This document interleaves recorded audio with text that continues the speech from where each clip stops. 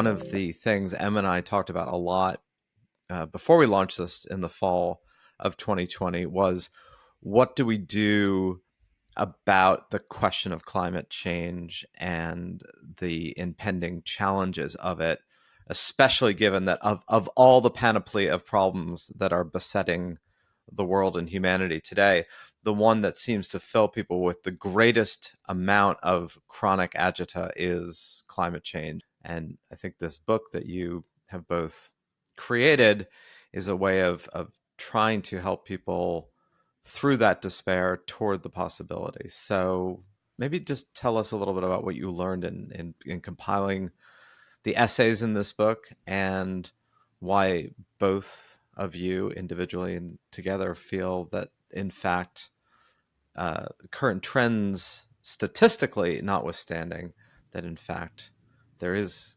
possibility of constructive change around this, and not just, oh well, we're baked.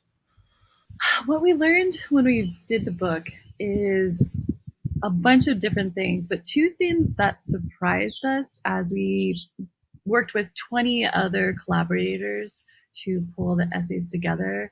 Some things that continually came up is how crucial communities are at the heart of our solutions and at the heart of our future and at the heart of the why we do this work. So often, I think, especially in the West, the language around climate change and climate action is focused on individual actions, on driving less, is I'm going to, do this less. But what we really found is that communities are absolutely crucial to building the solutions that we need. We have to act on the level of communities, and the communities are also part of the possibility. In the progress of solving the climate crisis, we get to know our communities better. We get to be more connected with them, and we get to maintain those connections. So community was a big theme that kept on coming up again and again. And the other one that kept on coming up again and again was love, and how love has to be the center of the work. And again, I think in the climate narrative, so often it's fear and despair which dominate. But with these essays, so many of the authors brought back love as a core part of what we need to center in climate action. To talk about climate emotion, one of the things that's striking for me is that a lot of people are having a lot of emotions based either on not so good facts or not so good frameworks. And the not so good facts include the idea that it is too late, nobody's doing anything, we don't have the solutions, we don't know what to do, the climate movement isn't achieving anything. The frameworks are ideas about the nature of power and the nature of change, in which power is in the hands of a very few in the elite and we have none ourselves, and which change is either you demand it on Tuesday and they deliver it on Wednesday, or you've lost, rather than that change often happens in protracted, unpredictable, sidelong ways. So I see a lot of people having a lot of emotions without really fully understanding the situation. I spent yesterday with somebody who works closely with a lot of climate leaders in North America, and she said a remarkable thing to me. She said they're dealing with a lot of stuff. One thing none of them are dealing with is despair. And I think it's partly when you fully engage with the work, you're not like, what is the existential meaning of it all? You're like, how do we get, this legislation passed? How do we build this movement? How do we protect this forest? You're looking at the concrete things that are the building blocks of the transformations we need.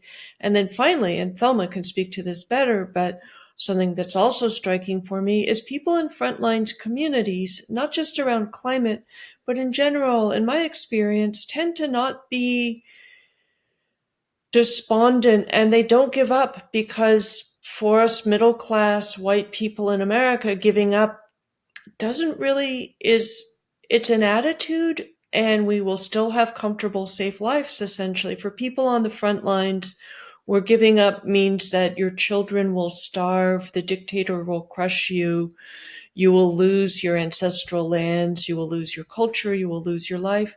People in those situations don't tend to give up so readily.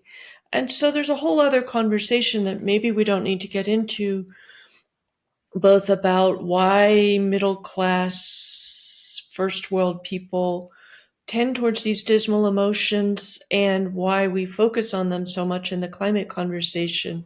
Rebecca, I'm going to ask you to keep going because I think it's a fascinating thread to pull on. One thing I see a lot, I think of concentric rings of information and engagement. The outer ring is full of bad information. And one thing is, the good news about climate is mostly incremental. It's wonky, it's technical, and you have to be kind of nerdy even to follow that, oh my God, enough solar, according to Bill McKibben's latest dispatch, is being installed every day on Earth. That's the equivalent of a new nuclear power plant going online. So it's like we're putting a new nuclear power plant online every day. But that's not like a nuclear meltdown or a flood or a fire. And part of it is newspapers and news media are really good at reporting on something that happened yesterday, and they're not good at something that's been steadily happening for 5 years or 10 years or 20 years. For example, a lot of people don't understand that we've had an energy revolution that is absolutely astonishing. And if you look back to where we were 20 years ago, unbelievable. It's not news because it's happened really incrementally. 20 years ago, even 15 years ago, maybe 10 years ago, solar and wind were utterly inadequate for us to leave the age of fossil fuel behind. But through a lot of breakthroughs in engineering and design, and the fact that the larger the scale you implement something on, the cheaper it gets, we are in an unimaginably better place when it comes to renewables than we were before. So we've had this energy revolution, and it's not even visible, and it's happening in these extraordinary ways. The Guardian just did a piece citing the energy policy group Ember, saying that the energy transition is happening so fast that we may yet keep to the 1.5 degree pathway. I only started using these, so I forget. The findings suggest the world may be close to reaching the peak of the global power sector's carbon emissions, and they could soon even begin to fall in line with global climate targets.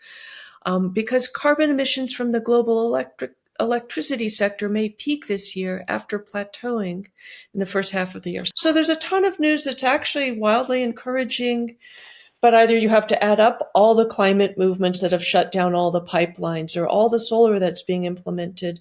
So part of it is just informational, part of it is attitudinal.